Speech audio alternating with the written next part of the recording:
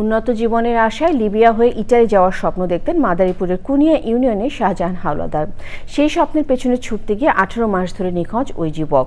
পরিবারের অভিযোগ, দালাল চক্র শাহজাহানকে জিম্মি করে আদায় করেছে 38 লাখ টাকা। ভুক্তভোগীর পরিবার মামলা করলে দালাল চক্র তাদের বিরুদ্ধে পাল্টা মামলা দিয়ে হয়রানি করছে বলে অভিযোগ উঠেছে।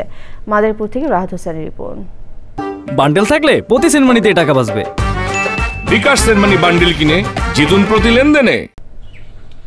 মাদারীপুর সদর উপজেলার কুনিয়া ইউনিয়নের ত্রিভাগতী গ্রামের রহিম হাওলাদারের ছেলে শাহজাহান হাওলাদার। তাকে লিবিয়া হয়ে ইটালি পাঠানোর কথা বলে পরিবারের কাছ থেকে 10 লাখ টাকা নেয় দালাল আমির ব্যাপারী। 2022 সালের 2রা জুলাই শাহজাহানের পাসপোর্ট নিয়ে তাকে প্রথমে দুবাই পাঠানো হয়, পরে মিশর ও সবশেষ নিয়ে যাওয়া হয় লিবিয়ায়। সেখানে তাকে জিম্মি করে লিবিয়ার মাফিয়ারা, চালানো হয় অমানবিক নির্যাতন। মুক্তিপণ হিসেবে দফায় দফায় শাহজাহানের পরিবারের কাছ থেকে 38 লাখ টাকা আদায় করে দালাল আমির ব্যাপারী।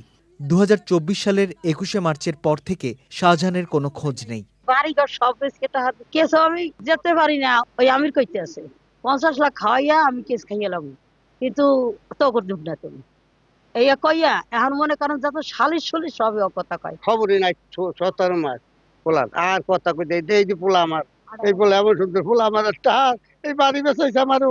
এরকম জানার কারো লগে না করতে পারি, আমরা সূক্ষ্ম বিচার চাই। এখন পর্যন্ত কোনো মামলা কোনো কিছু হইতেছে না।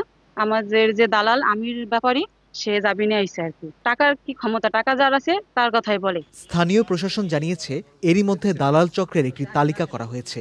সেই অনুযায়ী পদক্ষেপ নিচ্ছে জেলা পুলিশ। চিহ্নিত লিস্টভুক্ত দালালের বিষয়ে কঠোর পদক্ষেপ নেওয়ার জন্য আমাদের জেলা প্রশাসন এবং পুলিশ বিভাগকে নির্দেশনা প্রদান করা হয়েছে এবং কন্টিনিউয়াস ভাবে এই পদক্ষেপ নিয়ে তারা কাজ করে যাচ্ছে। শাহজাহানকে উদ্ধার ও প্রতারক দালাল চক্রের বিরুদ্ধে দ্রুত কার্যকর ব্যবস্থা নেওয়ার দাবি জানাচ্ছেন তার স্বজনরা। নাফিস ইফতেখার, চ্যানেল আই।